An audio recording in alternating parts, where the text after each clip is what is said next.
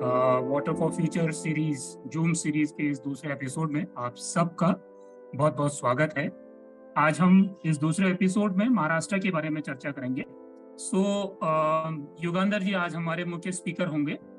युगंधर जी natural resource management के expert हैं और करीब 3 दशक से ज्यादा he has been into in this natural resource management program और अलग अलग organisations, institutions and international NGOs में उन्होंने अपनी सेवाएं दी। So thank you very much Deepak ji and Yugandhar ji for being with us today and specially Deepak ji, आपने इसको मॉडरेट करने का जिम्मा लिया है इस पूरे सीरीज को। So thank you very much Deepak ji and thank you very much Yugandhar जी।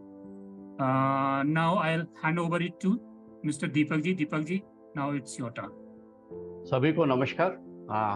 विशेष रूप से ये अपने आप में एक अलग चर्चाएं शुरू की गई है सेंटर के द्वारा, जो शायद हमारे लिए सबके लिए महत्वपूर्ण इसलिए है कि पानी का जो सिचुएशन है उसको लेकर के फ्यूचर वाटर फॉर फ्यूचर जो है उस स्थिति में हमारे लिए और महत्वपूर्ण होती जा रही है दिन पे दिन, जैसे समस्याएं बढ़ती जा रही है। तो और महाराष्ट्र अगर हम देखें तो महाराष्ट्र का अनुभव हमारे देश में वाटर मैनेजमेंट को लेकर के, पर्टिकुलरली वाटरशेड मैनेजमेंट को लेकर के जो आता है वो बहुत महत्वपूर्ण हो जाता है। और उससे भी आगे चल करके अब जो प्रयास और किए जा रहे हैं वाटरशेड मैनेजमेंट से आगे, उनको लेकर के युगांधर जी ने ये जो स्टडी किया है महाराष्ट्र के रेफरेंस में, ये हम सभी लोगों के लिए इसलिए महत्वपूर्ण होगा क्योंकि जितने भी ऑडियंस यहाँ हैं या जो लोग इसमें भाग ले रहे हैं उनके लिए इस अध्ययन से या इस चर्चा से क्या सीखने को मिलेगा, शायद ये हमारे लिए और भी जिसको कि हम अपने एरिया में ले जा करके और अपने क्षेत्र के नजरिए से उसको देखने का प्रयास करें तो शायद हमारे लिए महत्वपूर्ण रहेगा। और एक्वीफर मैनेजमेंट केस स्टडी जो उन्होंने अप्रोप्रिएट आज रखी है हमारे प्रस्तुतिकरण के लिए, तो हम पहले उनसे सुनते हैं कि उन्होंने इस स्टडी को कैसे किया है और इस स्टडी में क्या क्या उनकी फाइंडिंग्स रही हैं। फिर आगे हम उनके साथ में जो है चर्चा को लेकर के चलेंगे कि क्या हमारे लिए इसमें उपयोगी हो सकता है। तो मैं युगांधर जी को आमंत्रित करता हूं कि वो अपना वक्तव्य हमारे सामने रखें। युगांधर जी। धन्यवाद दीपक जी, आपने मेरा जो इंट्रोडक्शन दिया उसके साथ साथ कुछ नॉस्टैल्जिया भी खड़ा कर दिया, क्योंकि जब हम वाटरशेड का जब शब्द भी उस समय वो इस्तेमाल नहीं हो रहा था, उस समय हम सॉइल वाटर कंजर्वेशन और पानी की बात कर रहे थे, जैसे आपने देवपिंपलगांव और अड़गांव की बात कही। तो उन दिनों से जरूर लगाव रहा है। और यस, ड्राउट प्रोन एरियाज में खास तौर पे पानी का जो अहम भूमिका है लाइवलीहुड्स के लिए, वो तो जरूर महत्वपूर्ण रही है। और इसके लिए दोनों ड्राउट प्रोन एरिया और पानी के साथ जो मेरा लगाव रहा, शायद उसी के बदौलत मैं ये स्टडी कर पाया, ऐसा मुझे लगता है।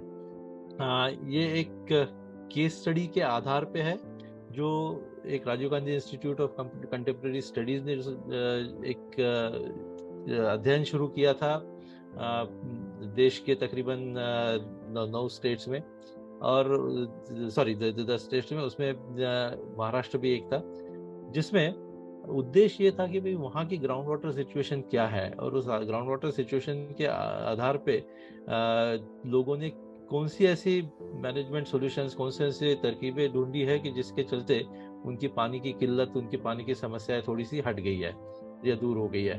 और उसके आधार पे क्या हम कुछ पॉलिसी लेसन्स या फिर रेप्लिकेबल प्रिंसिपल्स ऐसे आइडेंटिफाई कर सकते हैं। तो ये स्टडी है मराठवाड़ा रीजन की, ये केस स्टडी है, उसके आधार पे ये प्रेजेंटेशन बना हुआ है।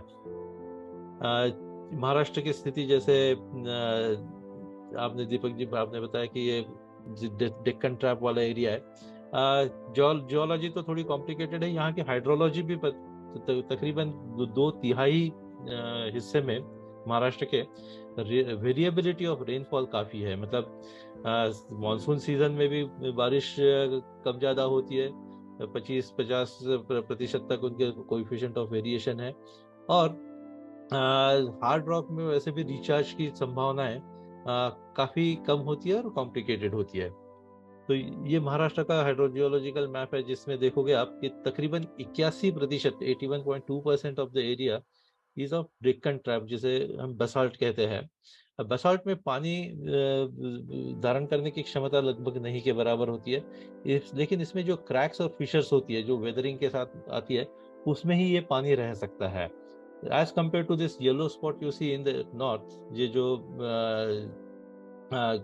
एल्यूवियल एरिया है, जो रेतीला भाग है, जो आप देखोगे कि गैंजेटिक प्लेन्स में, इंडो गैंजेटिक प्लेन्स में आपको अधिकांश मिलेगा। यहाँ पानी धारण करने की क्षमता एक्वीफर्स की बहुत ज़्यादा होती है। तो ये एक कुदरती चैलेंज है जो महाराष्ट्र के अधिकांश हिस्से में हमें फेस करना पड़ता है। महाराष्ट्र का भी वाटर बैलेंस यदि हम देखते हैं, ग्राउंड वाटर की सिचुएशन देखते हैं, तो तकरीबन पिछले 25 सालों में तकरीबन देखा जाता है कि 31 से 35 बिलियन क्यूबिक मीटर की हमें रिचार्जेबल ग्राउंड वाटर रिसोर्सेज की उपलब्धि है। और इसमें ये जो टॉप ऑरेंज कलर का जो टॉप है, this is that 31 billion to 35 billion cubic metre water. हम लोग मानते हैं कि ये पूरा के पूरा तो हमें इस्तेमाल करने के लिए या हमारे उपयोग में नहीं आता, क्योंकि ग्राउंड वाटर से भी थोड़ी बहुत मूवमेंट होती है, थोड़ा पानी बाहर चला जाता है। तो तकरीबन हम मानते हैं कि 95% ये जो नीली लाइन का टॉप है, ये वाटर, ग्राउंड वाटर हमारे पास अवेलेबल है। उसके नीचे आप देखोगे तो थोड़ा सा ब्राउन कलर का जो कलर है, ये बताता है कि हम ग्राउंड वाटर कितना इस्तेमाल कर रहे हैं।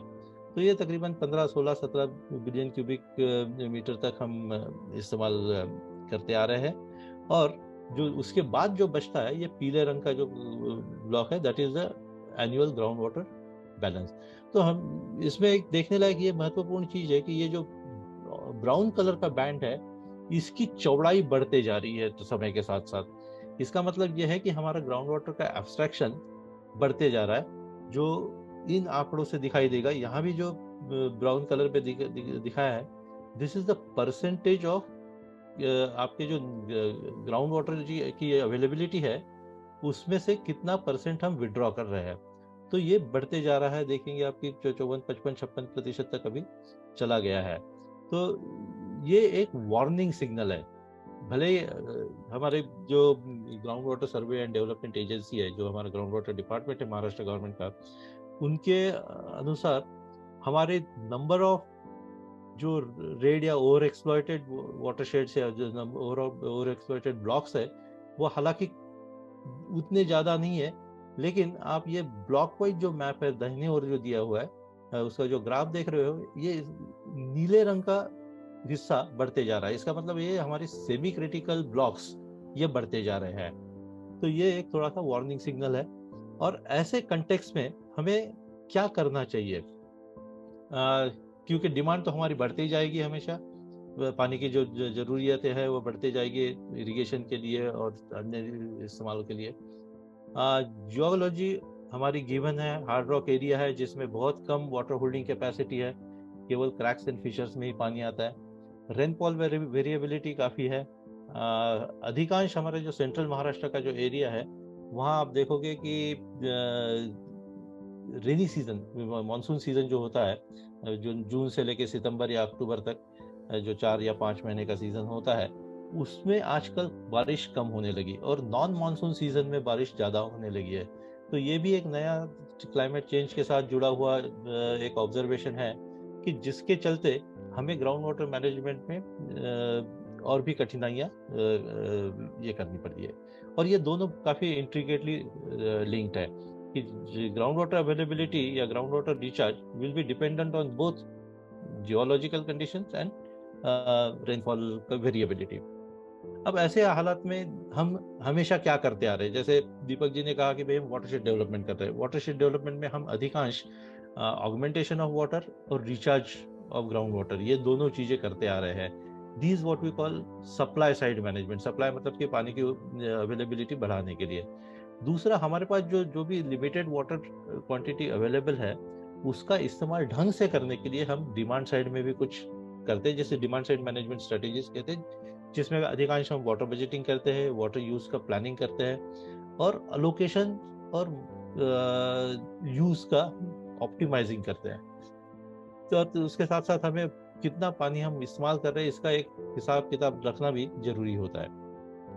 तो लेट्स लुक कि भाई ये एक मालेगांव एक्वीफर है, जिसे मैं वाटरशेड नहीं कहूँगा क्योंकि ये एक एक्वीफर साइंटिफिकली डिलिनेटेड है। इसमें जो जालना जिले में है, मराठवाड़ा रीजन में, वहाँ के लोगों ने क्या किया ये मैं अगले कुछ स्लाइड्स में आपके सामने पेश करना चाहता हूँ। ये डिस्ट्रिक्ट जालना की एक एक्वीफर है जिसमें लगभग 14 गांव आते हैं। यहाँ वाटरशेड ऑर्गेनाइजेशन ट्रस्ट एक काफी जानी मानी संस्था है, civil society organisation, voluntary organisation हम कह सकते हैं, कि जिन्होंने 2008 से 2011 तक वाटरशेड डेवलपमेंट का काफी अच्छा काम किया विद रीच टू वैली वगैरह सब इस्तेमाल प्रिंसिपल इस्तेमाल करते हैं। कुछ चंद गाँव में, 4 गाँव में उन्होंने 2008 में शुरुआत की, फिर और 3 गाँव 2008 में 9 में जुड़ गए। तो कुल मिला के ये एक क्लस्टर बन गया था जिसमें दो माइक्रो वाटरशेड्स में वाटरशेड डेवलपमेंट का काम अच्छा हुआ। उसके चलते पानी की अवेलेबिलिटी बढ़ गई, अवेलेबिलिटी बढ़ने के साथ साथ उसका इस्तेमाल भी बढ़ गया। लेकिन हम लोगों को 2012 से 2014 तक 3 साल कंटिन्यूसली ड्राउट को फेस करना पड़ा, और इन 3 सालों में खास तौर पे हमारी जो कुदरती सीमाएं जो है वो स्पष्ट हो गई कि भाई एक सीजन के बाद यदि बारिश बहुत ही कम हो रही है तो एक सीजन के बाद, खरीफ के बाद, हमें पानी बहुत कम मिल रहा है। मतलब रबी के लिए, इरिगेशन के लिए हमारे पास पानी की अवेलेबिलिटी बहुत कम है। गांव वालों को ये भी अनुभव हुआ कि इसको दूर करना है तो हम इंड्यूस रिचार्ज करते हैं, जो जिसको कुछ लोग आर्टिफिशियल रिचार्ज भी कहते हैं। जैसे कि ये फोटोग्राफ में दिखाया गया है, एक तालाब का बेड है।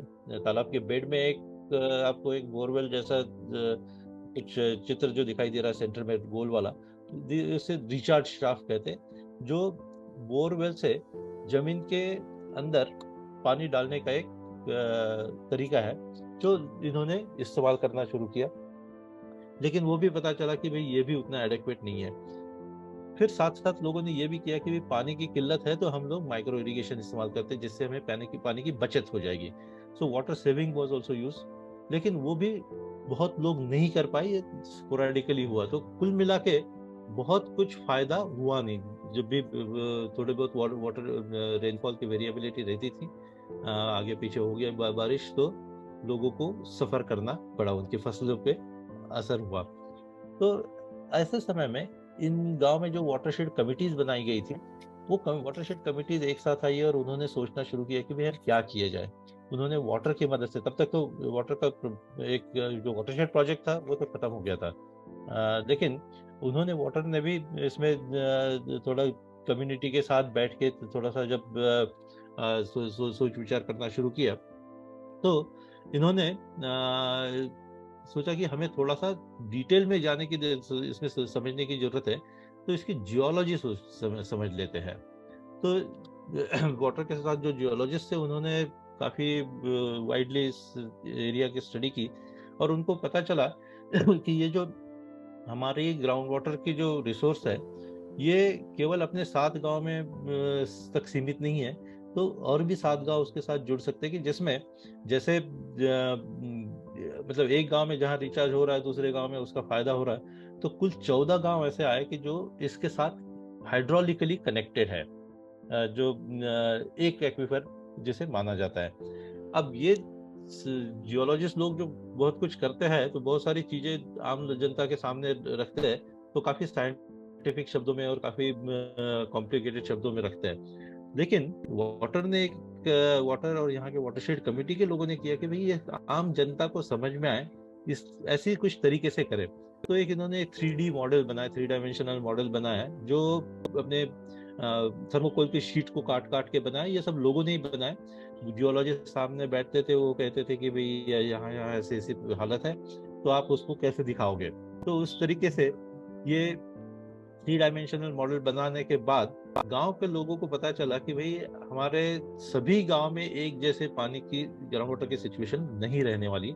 कुछ गांव में ज्यादा होगा, कुछ गांव में कम होगा, तो हमें उस हिसाब से प्लानिंग करनी पड़ेगी। अच्छा, ये कुछ चंद लोगों को जानने से पता नहीं, जो कुछ फायदा नहीं होगा। ये this knowledge has to spread. ये नॉलेज बढ़ाने के लिए और सब लोगों को उसके साथ शामिल करने के लिए वाटर ने बेयरफुट वाटर टेक्नोलॉजिस्ट की भी ट्रेनिंग की। हर गांव से 2-2, 3-3 लोगों को आइडेंटिफाई करके, दोनों महिला और पुरुष दोनों को आइडेंटिफाई करके उन्होंने उनको ग्राउंड वाटर हाइड्रोलॉजी के बारे में जानकारी दी। और ये लोग फिर अपने अवेयरनेस रेजिंग और लोगों को उस हिसाब से मोटिवेट करते थे कि अभी इस हिसाब से प्लान करें अवेलेबिलिटी ऑफ वाटर के हिसाब से। देन दूसरा ये हुआ कि हमारी एक विलेज की, हमारी जो वाटरशेड कमिटीज थी वो अधिकांश विलेज लेवल तक ही सीमित थी। लेकिन आपको यदि आपका पानी दूसरे विलेज के साथ इंटरफेयर कर रहा है तो आपको उनसे भी कंसेंट करने की जरूरत है, उनसे भी बात करने की जरूरत है। तो अकॉर्डिंगली एक एक्वीफर लेवल कमेटी वाटर ने वहाँ पे एस्टेब्लिश की। और वो करने के लिए जो महाराष्ट्र का जो ग्राउंड वाटर का कानून था उसकी मदद ली।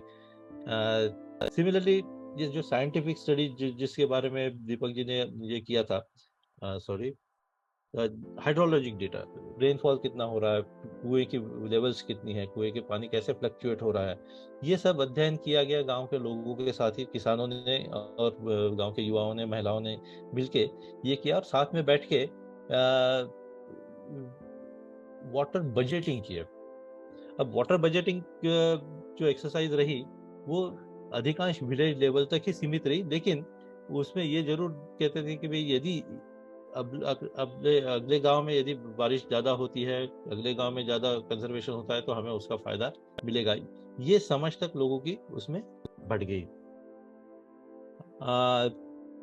उसके साथ साथ ग्राउंड वाटर के इस्तेमाल के लिए भी काफी कुछ काम किया गया, जिसमें कम से कम पानी में हम ज्यादा से ज्यादा क्रॉप्स कैसे दें। तो एक तो आपका ड्रिप इरिगेशन वगैरह, लेकिन ड्रिप इरिगेशन की भी सीमाएं थी। तो क्रॉप्स कौन से ले, जो ज्यादा पानी पीने वाले क्रॉप्स है उस पे पाबंदी लगा दी। मतलब लोगों ने स्वयं तय किया कि भाई सेल्फ रिस्ट्रेन, कि भाई we will not grow sugar cane, we will not grow banana, ऐसे क्रॉप्स उन्होंने लेने से इनकार कर दिया। और वो सॉइल हेल्थ बढ़ाने के लिए, सॉइल टिल्स बढ़ाने के लिए ऑर्गेनिक फार्मिंग की ओर भी लोग, ऑर्गेनिक फार्मिंग तो मैं नहीं कहूँगा, लेकिन सस्टेनेबल फार्मिंग प्रैक्टिसेस को भी लोगों ने अडॉप्ट कर लिया। तो ये सब चीजें तकरीबन अगले 2-3 सालों में, मतलब 2015, 16, 17 में ये जैसे होते गई, लोगों की जो जरूरियातें थी लगभग पूरी होते गई पानी के बारे में।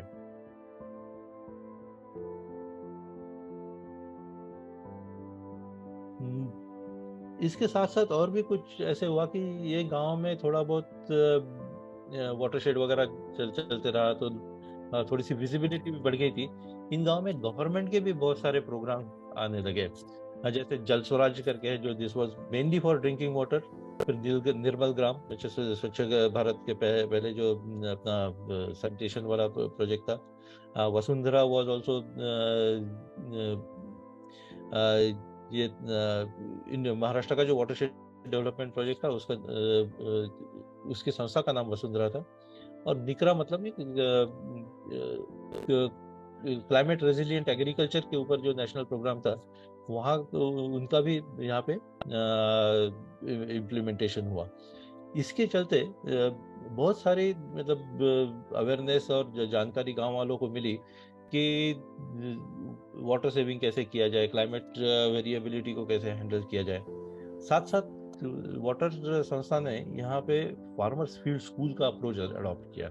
जितना भी ऑर्गेनिक फार्मिंग और वाटर एफिशिएंट एग्रीकल्चर की जो काम हुए, वो काम चलाने के लिए जो माध्यम इस्तेमाल किया, that was the farmers field school. It was one of the very educative approach to both technology transfer और पार्टिसिपेटरी टेक्नोलॉजी डेवलपमेंट। तो उसके चलते गांव वालों के इन जनरल जो अवेयरनेस और कॉन्शियसनेस लेवल थी वो काफी उससे बढ़ गई, which was useful in taking scientific and rational decisions.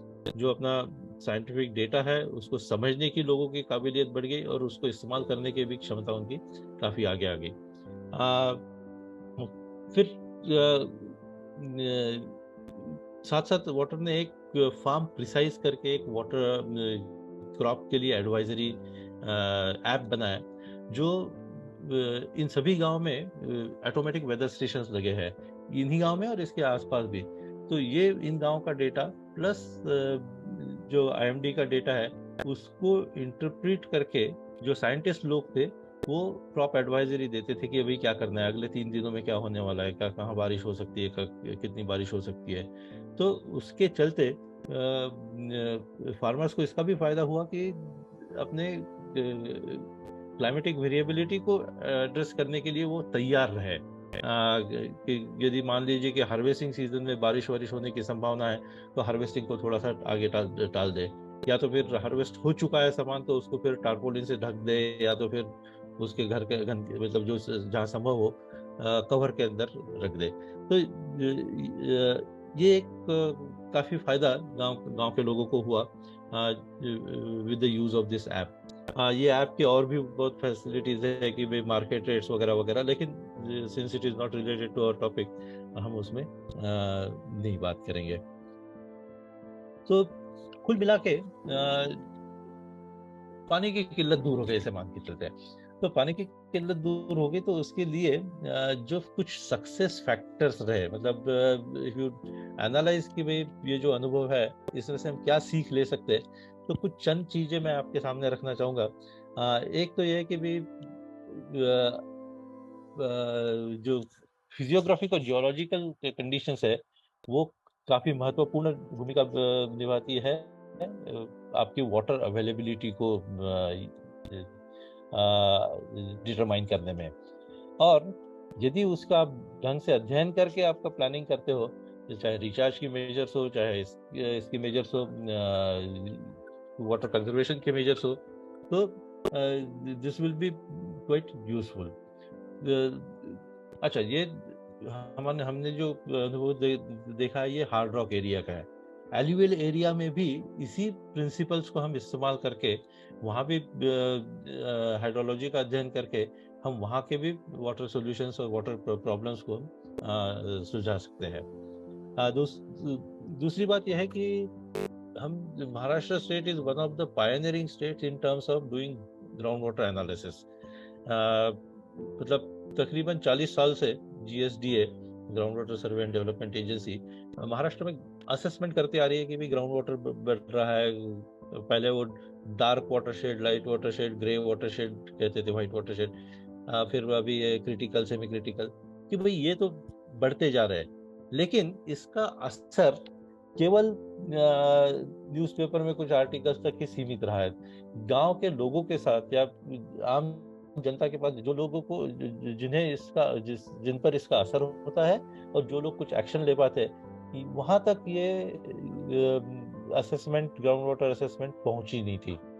लेकिन ये एक केस स्टडी है, और इसके पहले भी महाराष्ट्र में और कुछ केस स्टडीज थी, जिससे जहां जब लोगों के साथ आपने ग्राउंड वाटर असेसमेंट किया है, पार्टिसिपेटरी मैनर से आपने हाइड्रोलॉजी का अध्ययन किया है, वेल वाटर का, ग्राउंड वाटर का अध्ययन किया है, तो वहाँ लोगों को वो समझ में आता है कि हाँ भाई समस्या ये है और समस्या की वजह ये है, तो इसको दूर करने के लिए क्या करना चाहिए।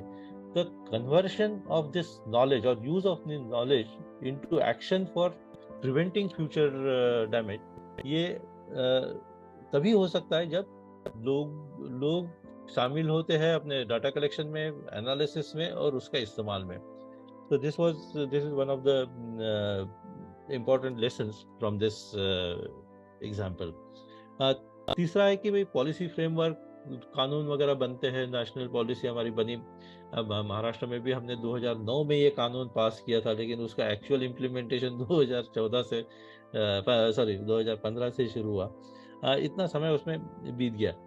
लेकिन इसका अध्ययन करके इस कानून के तहत इन गांव के लोगों ने वो कमेटी बनाई जो अवेयरनेस बिल्डिंग वगैरह जो काम करने हैं उसके लिए उसी कानून के और उसी प्रोविजंस का इन्होंने इस्तेमाल कर लिया। तो ये एक इम्पॉर्टेंट चीज़ है कि भाई the policy and legal provisions ये लोगों तक पहुंचना चाहिए और उनको समझाने की जरूरत है, ताकि उसका सही तरीके से एक इम्प्लीमेंटेशन हो पाए। जैसे थोड़ी देर पहले मैंने कहा था कि भाई ये तो मालेगांव का तो एक एग्जाम्पल है, उसके पहले भी कुछ एग्जाम्पल्स है। जैसे कि एक्वाडैम करके एक संस्था है पूना में, उन्होंने पुरंदर डिस्ट्रिक्ट में, पुरंदर ब्लॉक में, पुणे डिस्ट्रिक्ट में कुछ एक्सपेरिमेंट किया था। मराठवाड़ा क्षेत्रीय सहायक मंडल है औरंगाबाद में, जिनके साथ मैं काफ़ी सालों तक काम किया हूँ। वहाँ शिवनी में हमने शिवनी करके एक जगह है, वहाँ पे ग्राउंड वाटर मैनेजमेंट का काम किया था। तो ये जितने भी हमारे डिमांड साइड मैनेजमेंट के एक्सपेरिमेंट्स रहे हैं, इसमें ये स्पष्ट होता है कि भाई आपको केवल ग्राउंड वाटर रिचार्ज और वाटर कंजर्वेशन करने से काम नहीं बनेगा, उसको आपको डिमांड की भी बात करनी पड़ेगी, डिमांड साइड मैनेजमेंट की भी बात करनी पड़ेगी। और मालेगांव एक्वीफर में भी वही सामने आई चीज की यही करना जरूरी है। तो साथ साथ मतलब हम जब वाटरशेड प्रोजेक्ट करते हैं, क्यों ना हम वाटरशेड के साथ साथ रिचार्ज और जियोलॉजी का भी विचार करें। जब हमने Indo German watershed development project design किया था, तो उसमें हमने ये रखा था कि भाई जियोलॉजी का अध्ययन किया जाए और आपके जितने भी रेन वाटर हार्वेस्टिंग स्ट्रक्चर से रिचार्ज स्ट्रक्चर से उसी तरीके से उसका लोकेशन किया जाए कि जो जियोलॉजिकली फेवरेबल हो। क्योंकि हार्ड रॉक एरिया में considering 81% of Maharashtra area is under hard rock, ये अध्ययन करना जरूरी होता है। साथ साथ मैं ये भी कहना चाहूंगा कि केवल पानी का कम इस्तेमाल करने से फायदा तो होगा ही होगा, लेकिन उससे आपकी प्रोडक्टिविटी और प्रोडक्शन पे भी असर हो सकता है। तो हमें साइमल्टेनियसली एग्रीकल्चर प्रोडक्टिविटी बढ़ाने के लिए कुछ ना कुछ सॉल्यूशंस करने की जरूरत है। और क्रॉप्स ऐसे इस्तेमाल किया जाए कि जो कम पानी में ज़्यादा पैसे या ज़्यादा प्रोडक्शन दे पाए। तो ये एक रैशनलाइजेशन ऑफ डिमांड जो करने की जरूरत है, वो एक कम्युनिटी ही डिसाइड कर सकती है। वो आप मतलब टॉप डाउन अप्रोच से वो किया नहीं जा सकता, या कानून बनाने से वो नहीं हो सकता है। छठा पॉइंट ये मैं कहना चाहूँगा कि कैपेसिटी बिल्डिंग ऑफ कम्युनिटी, ये सब चीज़ें ऊपर जो हमने बताई है, ये सब चीज़ें करने के लिए कैपेसिटी बिल्डिंग की बहुत ज़रूरत है। लोगों को उसकी जानकारी होनी चाहिए, उनको थोड़ी उसमें ट्रेनिंग होनी चाहिए। और अधिकांश ऐसे होता है कि कैपेसिटी बिल्डिंग हम मानते हैं कि भाई एक ट्रेनिंग मुझे दी तो कैपेसिटी बिल्डिंग हो गई। लेकिन वाटर वगैरह या महाराष्ट्र की हमारी बहुत सारी संस्थाएं ऐसी है कि वो कैपेसिटी बिल्डिंग को थोड़ा सीरियसली लेती है। केवल ट्रेनिंग से काम नहीं चलेगा, ट्रेनिंग के बाद प्रैक्टिस होनी चाहिए, प्रैक्टिस के बाद जो अनुभव आए हैं उसका एक रिफ्लेक्शन भी होना चाहिए। तो एक्शन लर्निंग वाली जो साइकिल की बात है, वो कैपेसिटी बिल्डिंग की एक नींव है। तो हैंड होल्डिंग सपोर्ट ये बहुत जरूरी है। वाटर ने भी मालेगांव वाटरशेड में, मालेगांव एक्वीफर में वही किया और उसका रिजल्ट अब आज देख रहे हैं। जी, वाटरशेड मैनेजमेंट अप्रोच के साथ साथ हमें एक्वीफर का भी एनालिसिस करना चाहिए। ये एक मुद्दा हो गया। दूसरा, वाटरशेड एक्टिविटीज, वाटरशेड जो हम काम करते हैं उसमें ज़्यादातर ऑगमेंटेशन और रिचार्ज पे ही हम अपना प्लानिंग सीमित रखते हैं। लेकिन ये यदि जियोलॉजिकल असेसमेंट के साथ किया तो उसका जरूर फायदा ज़्यादा होगा। अब यहाँ जो हमने वाटरशेड में और एक्वीफर मैनेजमेंट में जो भी हम डिसीजंस ले रहे हैं, ये पूरे फार्मिंग कम्युनिटी को या पूरे वाटर यूजर्स को अफेक्ट करते हैं। तो जब तक के उन लोगों का उसमें कंसेंट, और वो भी इन्फॉर्म कंसेंट नहीं होगा, तब तक के उसकी सस्टेनेबिलिटी आपके प्रोजेक्ट तक ही सीमित रहेगी, प्रोजेक्ट खत्म होने के बाद नहीं हो पाएगी। अब ये वाटरशेड, ये एक्वीफर का हमने जो अध्ययन किया वो 2022-23 में किया है, जिसमें तकरीबन 7 साल 6 साल का मतलब इम्प्लीमेंटेशन के बाद 6-7 साल के अंतराल के बाद ये अध्ययन किया गया। लेकिन वो भी अभी भी वो पुरानी सिस्टम चल रही है। इन्होंने जो कानून बनाए थे वो पानी के इस्तेमाल के लिए, ये गांव वाले आज भी उसे पाल रहे हैं। ये इसलिए हो पाया कि एक डेमोक्रेटिक डिसीजन मेकिंग, एक पार्टिसिपेटरी डिसीजन मेकिंग वहाँ पे इस्तेमाल किया गया। और फाइनली ये जो बेनिफिट शेयरिंग रीडिस्ट्रीब्यूशन वाला जो मुद्दा है, if it is not equitable ये टिकेगा नहीं। तो आपको सस्टेनेबिलिटी के लिए इक्विटी ये पहले से ही प्लान करनी चाहिए। इक्विटी का मतलब यह है कि भाई जो थोड़े गरीब जिनके पास पानी का एक्सेस कम है, ऐसे लोगों को प्रेफरेंशियल ट्रीटमेंट या प्रेफरेंशियल बेनिफिट्स आप कैसे दे सकते हो। तो ये एक चीज इस प्रोजेक्ट में हमें दिखाई दी। वो एक हमारा लेसन रहा। जो आज तक हम देखते आ रहे हैं कि वाटरशेड जो सक्सेसफुल वाटरशेड प्रोजेक्ट्स रहे, वहां भी इक्विटी एक अहम मुद्दा रहा, और इक्विटी के चलते ही आज तक उनके इफेक्ट सस्टेनेबल रहते रहे। तो एक 7-8 मुद्दे मैं दोबारा समराइज करूंगा कि हमें यदि स्केलिंग अप करना है तो क्या कर सकते हैं, कि क्या करना पड़ेगा। तो पहले सबसे पहले है कि साइंटिफिक असेसमेंट होनी चाहिए। दूसरा, लीगल अवेयरनेस, जो भी आपके नियम कानून है, आपकी जो पॉलिसी है स्टेट की, उसके बारे में आप थोड़े जागरूक हो, लोगों को जागरूक करें और उसका इस्तेमाल करें अपने मैनेजमेंट सिस्टम्स बनाने के लिए।